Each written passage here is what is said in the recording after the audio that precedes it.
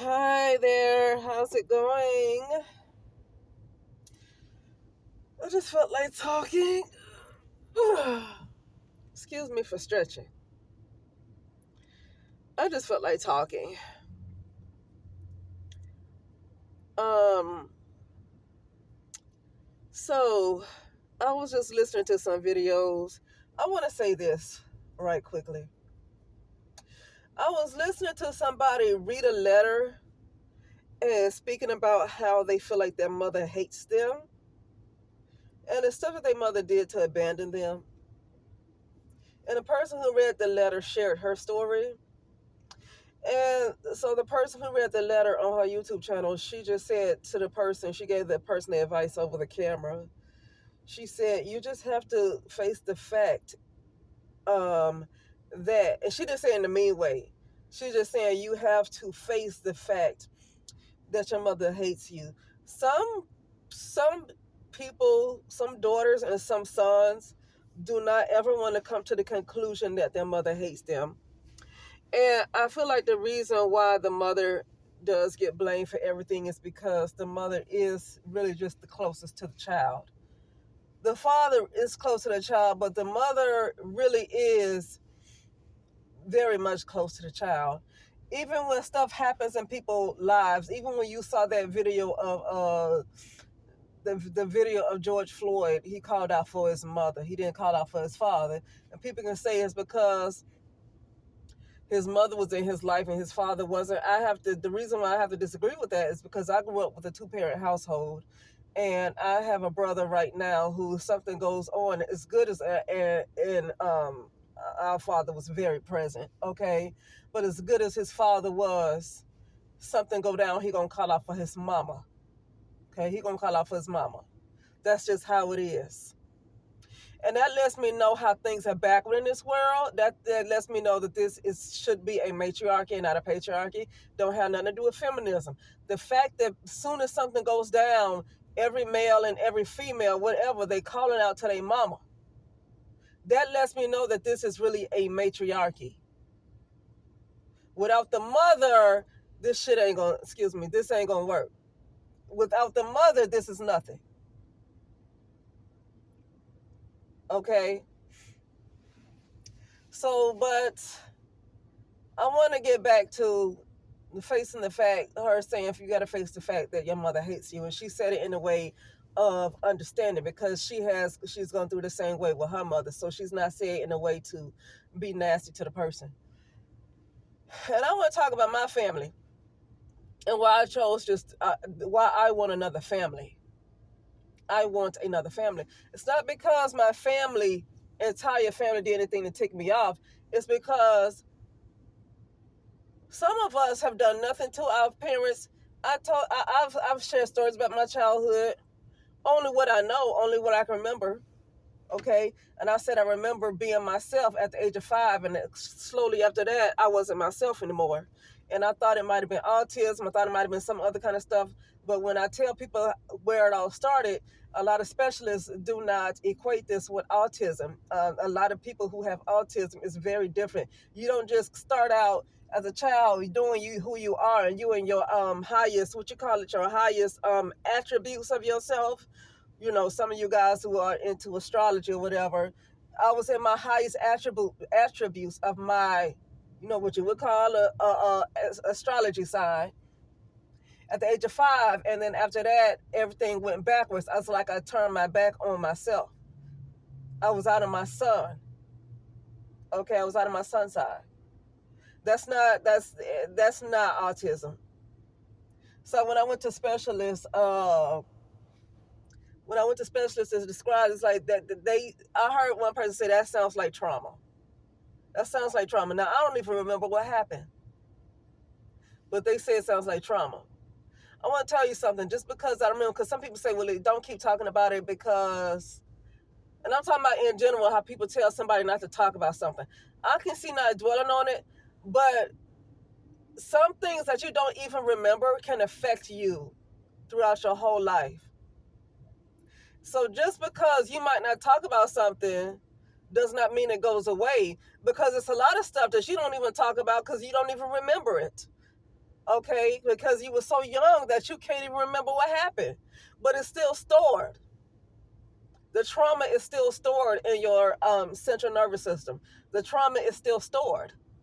So it's not about not talking about it. It's not about not thinking about it when the trauma is still stored. But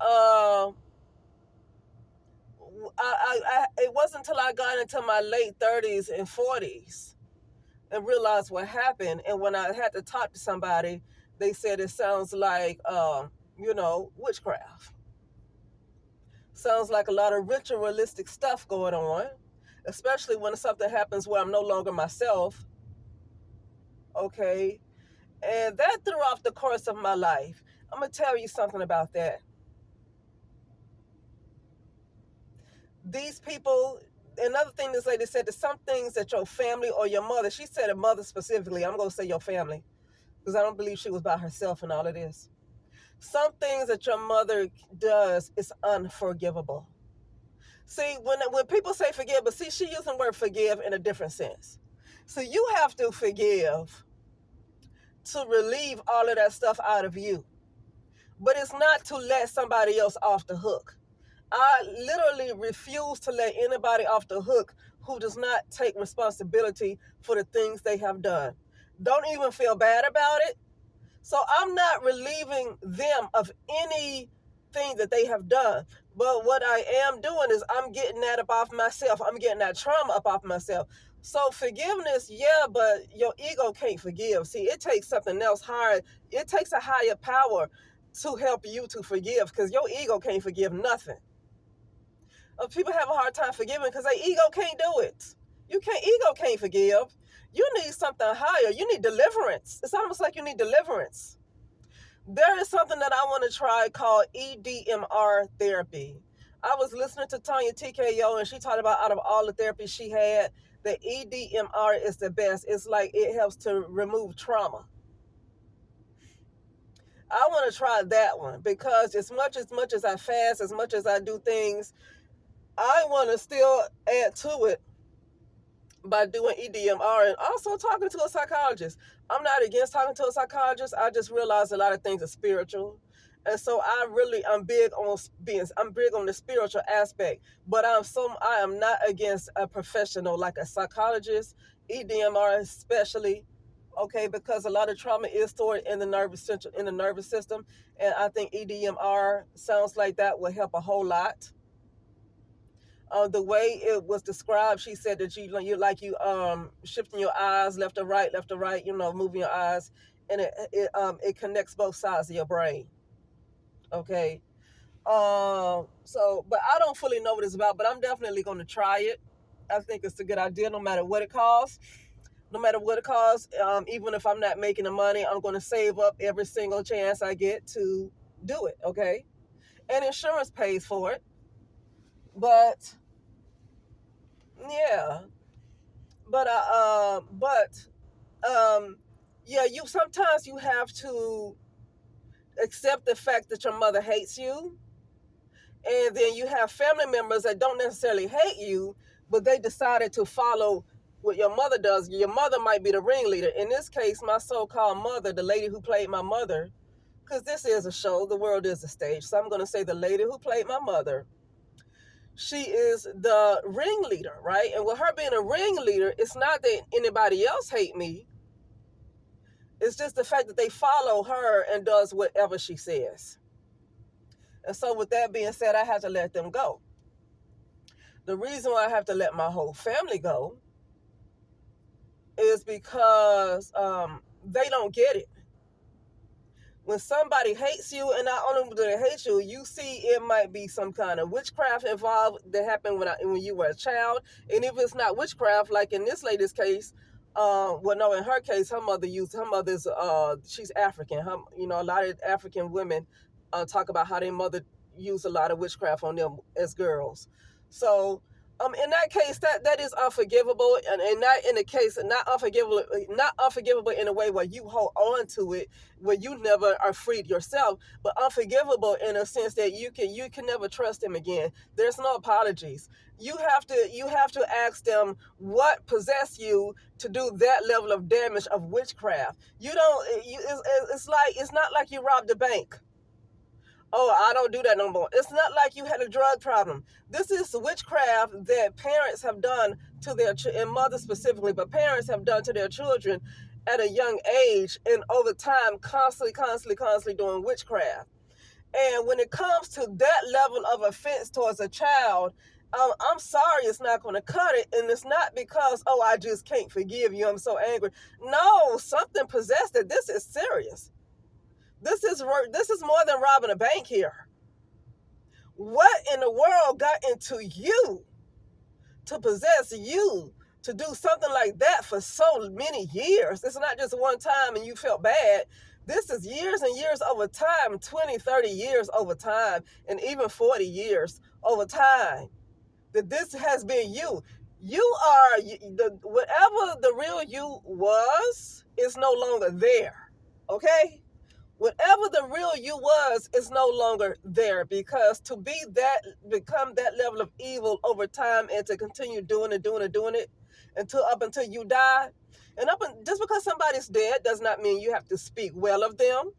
If they have spent their whole entire life harming somebody else, they don't earn the right for somebody to speak good of them when they pass away. I'm not going to find words to say. I'm not going to look for positive things to say. You should have left that legacy. You should have lived your life in a way to have that legacy where people can find good things to say about you. Now, other people who she hasn't done this to will have good things to say about her. But I don't have anything good, because everything that she did do good, the bad stuff that she did, it made it seem like she did nothing good. So I'm not going to try to look for words to say. If I find out she passed away, because I haven't kept up with her, if I find out she passed away, I'm not going to try to search for good things to say. I don't like that. If people want you to say good things about somebody, then that person should have left that kind of legacy for people to have. You can't abuse children. You can't, like, even for men or whoever, leaders, whatever you call it, you can't in your life have a life of where whatever possessed you caused you to harm other people, whether it's robbing people for so many years. If you're a leader over the people, you're a bad leader, you did bad things to children, all of a sudden you pass away and people got to look for the good stuff. No, don't look for nothing.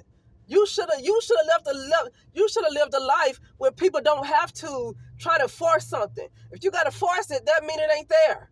If you have to force something good to say about somebody just because they passed away, that just shows the kind of life they lived. You know, but so I just won't say anything at all. If I don't have anything good to say, I won't say anything at all. Because see, sometimes the truth doesn't sound good. See, some people say, if you ain't got nothing good to say, why would I lie? Telling the lie is not good. So if somebody's a pedophile, somebody did all of this, but I'm supposed to lie and not supposed to be good. Oh, he was a good person, he was a good man, a good woman. That's a lie. That's not good. That's not good, because it's a lie. So you don't want folks to tell the truth. You ain't got nothing good to say about them. Well, they didn't leave a legacy where you would have anything good to say about them. So why the heck you gonna get up there and lie? Okay? But my family, they don't realize what kind of person this woman is. And then my brother did a lot too, right? He's done a lot. He's a warlock. So he literally hates me, but I think he really hates me because of her. Because I don't even think he understands why he hates me. I have done nothing to him. I was very loyal to him.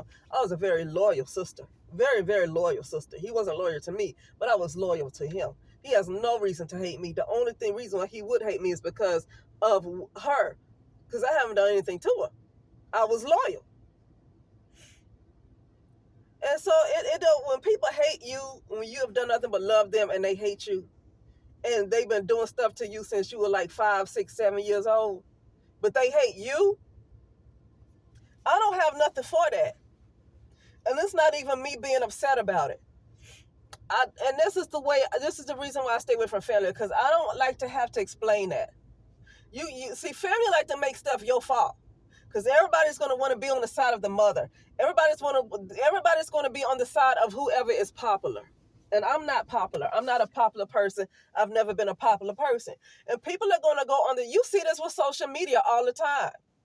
You can have a person with over millions of subscribers, right?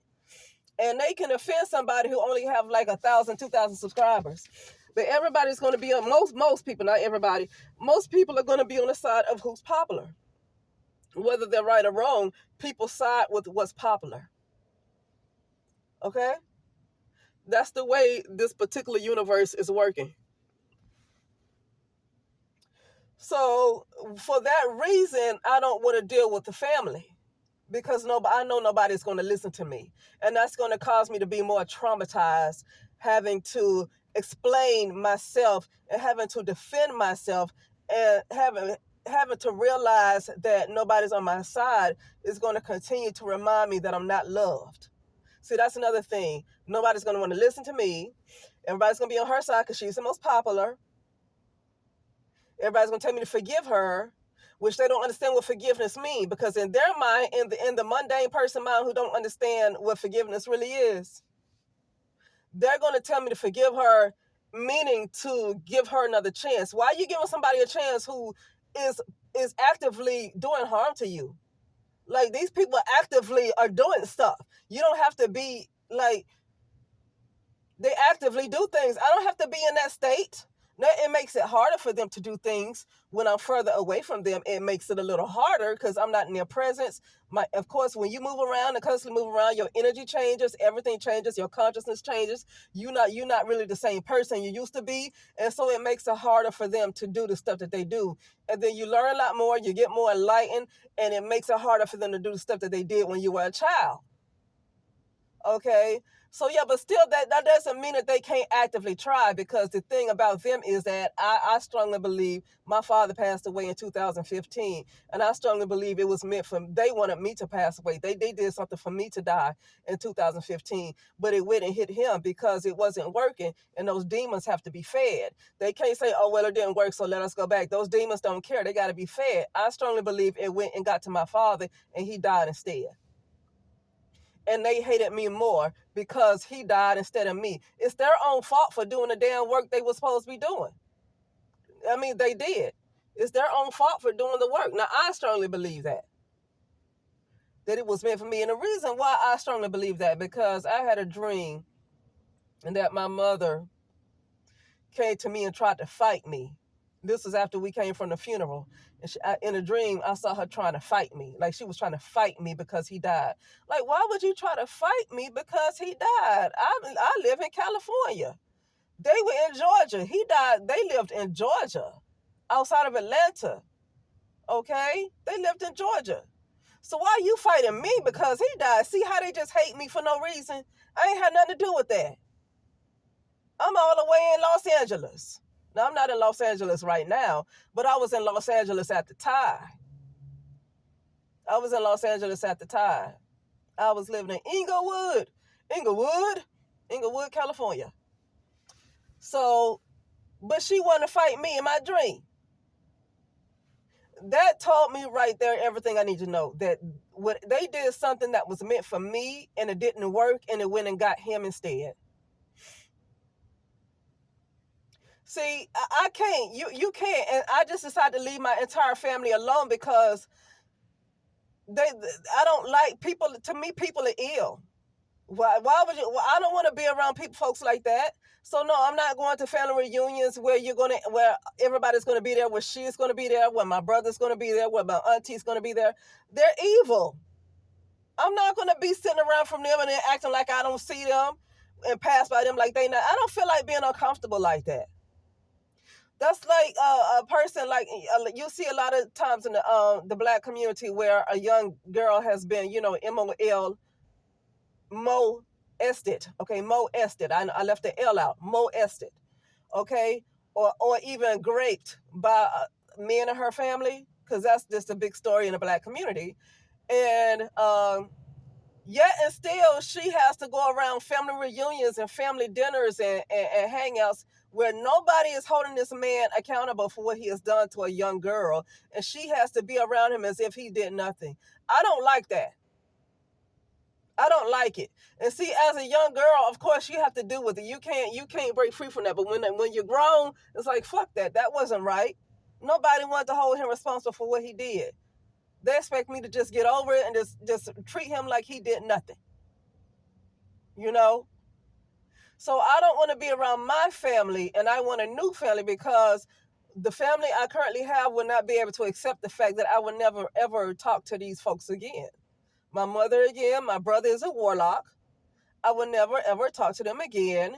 And if I would tell them the reasons why, they probably won't believe it. And if they do believe it, it's because they already know what's up. But they, for some reason, they're choosing their side. They're choosing the side of evil. You know what? When you have so many people that choose a side of wickedness, that lets you know that you're in hell. You're in a very low vibrational type of world when you have a group of individuals go on this, they keep siding with wickedness. That lets you know it's a very low vibrational world. Okay, but anyway, yeah, so I just decided I don't want this family anymore. I want a new family. And with this world being completely fake, because I know I'm in an upside down world, I've seen that I'm in an upside down world. It's not even something that I read. That's why I appreciate the fact that I get revelations. I've seen that I am upside down and I'm in an upside down world. That means somewhere else in the real world, I'm really asleep in the real world. And in this world is like the Truman Show. I'm being watched. I don't know why, for some reason, this world was supposed to be for the men to get into enlightenment, and it's not much to help the women. I think it's put in place to help the men try to get into a level of enlightenment. And that's why you have so many gurus and stuff, and these yogis, all these men. This world is supposed to be, seem like it's designed in a way to help men get into enlightenment, not so much women. But I feel like because the women already have it within her to be enlightened, and something is missing with the man, I'm not really sure. Now somebody else can explain that. But so I just realized that I'm somewhere else in the real world where I'm like unconscious or something like that. Okay, I've said that before. I'm in the real world unconscious. And so with me realizing that I'm in an upside down world, because I literally saw that I was upside down. And when I saw the real world, it looked like it was upside down, but it was right side up. Imagine somebody, if you walk in, like you walk into your room and you see somebody on the ceiling walking, and it looks like they're upside down. They're not the ones that's upside down. They're right side up. Okay, and it's also a clip by Pirates of the Caribbean saying "Down is up." The clip is called "Down is Up," and it showed where all these pirates on the ship, they kept tilting the ship back and forth until the ship finally turned upside down. And then when the ship turned upside down, the ship started sinking. But when they started sinking, they went all the way down into the real world, and then the ship popped back up, and they were in the real world. They left the false world. When that ship turned upside down, they went into the real world. Okay, so that's another reason why I feel like in this world I can say I want another family, because I don't, nothing is real. All of this is experiences. Nothing is real. And that's why I want to get rid of this stuff that's going on, not just with this administration. I want to get rid of the stuff that's happening with the world, period. Because people want to just talk about how this administration is so stressful, as if the last administration wasn't stressful, as if the United States wasn't stressful before Trump got in office. It's always been a piece of work. This world has always been a piece of work. And you know what? Back in the 1920s, people went through worse than what folks are going through right now in the United States of America. Okay? except for the ones that's in like detention centers, like people who stuck in detention centers, they probably getting it real bad. But I'm talking about the average person that's sitting at home, going to Starbucks or whatever, going to restaurants, doing whatever they want to do. And they want to talk about the stress. Like, no, if you can freely get in your car and go to Starbucks, you ain't stressed. I mean, you might feel stressed because for the most part, your life is not so bad. If you can freely get in your car and go to Starbucks or go somewhere to eat and just sit and just talk like I am, it ain't that bad. Okay. But you might have times in your life that might feel stressed, but no, somebody got it so much worse. Somebody's stuck in a room and can never leave out of a room, and stuck in that same room forever, and they can never leave out. So, and you can say this particular type of reverse world is a prison, but not necessarily, because the truth will set you free. So you can always be set free. So I don't even want to use that word as this is a trap, because you can always be set free. If you choose to love the truth, then you can always be set free. So I don't want to say this is a trap. People choose to be trapped because they hate the truth. Like I just used that example, how a person can know that my mother is evil. You have a group of people that can know my mother's evil and the evil things that she's done, and they will be on her side because they want to be on the side of popularity. See, that's evil. They're choosing to be trapped. So nobody else is trapping them. This is a choice that they consciously made. In the church, people want to complain about prosperity gospel. Well, why are people sitting up in there listening to them? Why do people, Creflo Dollar, oh, Creflo Dollar's so wrong. He wants 60-something million for a jet. But yeah, the people help him raise that money to get that jet, though. What's wrong with the people? But then you got a good guy who's a pastor who can't even grow his church to even 3,000, not even 2,000, not even 1,000. But nobody's willing to help him out. And he's humble as pie. And I'm talking about humble towards the Most High, not humble like in the eyes of man. I'm talking about humbling himself to God, to the God in the Christian Bible, right? He's humbling himself to God. But nobody's willing to do anything to help him out. And I noticed that people love evil, but it also says in the Bible that the gate to hell is wide. Okay, the gate, the road to destruction is very wide, and the roads to I'm gonna say the road to enlightenment is very narrow. So you can see most people just choose evil. So yeah. Anyway, that is it. I just felt like talking about that quickly. Just felt like talking about that. Sometimes I leave these type of videos because I like to say what's on my mind, especially when I'm not emotional. Right now, I am not emotional at all. I'm not emotional. That lets me know there's some growth. All the things that happen, like this is stuff that never really happened. If God is on your side, I'm talking about the Most High. I'm talking about the God that is within. I'm not talking about something that's in the Christian Bible. I'm talking about something that's within. Your God that's within. If God is for you, who can be against you? So at this time, I prefer to focus more on the Most High, and to focus more on the Most High than whatever else noise is going around. And I choose to make the Most High my center, because the Most High will never let me down, and the Most High would never forsake me. So I don't want I don't even want myself to be there, because myself is still in my ego. I'm still somewhat have an ego, right? Even though I'm spiritually growing, I still somewhat have an ego. I don't want myself to be my center, because the ego is going to be there. I don't want the ego to be my center. I want the Most High to be my center, because the ego can abandon you. The ego makes mistakes. The ego makes bad decisions. I'd rather the Most High be my center, because the Most High will never forsake me, leave me, won't abandon me. That's going to be the true love. That's the true love. Okay? You have to get a point in your life where you see it like that, and it doesn't have to be about what it looks like. What does the Most High look like? It don't matter. You got to go within to know what the Most High looks like. You have to look within, because it might not be a picture that you see in a book. You have to go within. Okay? With that being said, I'll talk later.